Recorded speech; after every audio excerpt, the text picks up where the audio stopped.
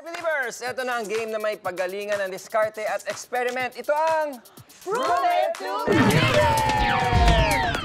Ito yung tanong. True or false? Pwede bang ipatong itong big cup na may elephant? Sino? Okay. Dito sa dalawang smaller cups na may chicken using papel lang. In 3, 2, 1, go!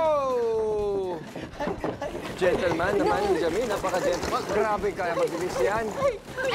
Grabe ka, bilis. Ate Shera, you have a chance. You have a chance. True. True. Sige, patunayan mo. Pwedeng galawin yung mga baso? Hindi. Isa lang? Bakit isa lang? Isang papel lang.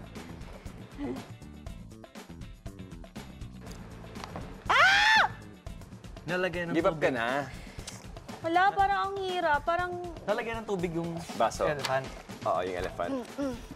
wala, ayoko na. Okay, I'm sorry. Oh, yeah. Lakas ng loob mo, ha? May Pag challenger hindi mo tayo dito. nasagot. I like this. Meron tayong competitor. Okay. Sorry, Ate Shy, but it's false. False daw. False ang kaya sagat. Ako nga, Bol. Feel ko, Okay. imposible eh. Imposible para Oo, sa'yo. Kasi yung bigat niya eh. Actually, the Hirap answer naman. is true. Ay, okay. True. Na-excite pa ako. Puti yung tupi mo, Kuya Chris. So, ganyan lang siya. Kailangan ganito yung kapal niya. To fold, and then... Oh. Pinagbigyan ko lang kayo. Ako, Very good, sumagot no? na ako ng false para lang may sagot. Para may iba. Oo, para may iba lang. Oo, So, talaga. kalalabasan niya ito. So, ito na ang ating folded paper. Di ba? May layer siya ng ganun. Parang accordion. Parang accordion, di ba? Opo. Parang bubong. Oo, yan. So, titigas siya. Oh, di ba?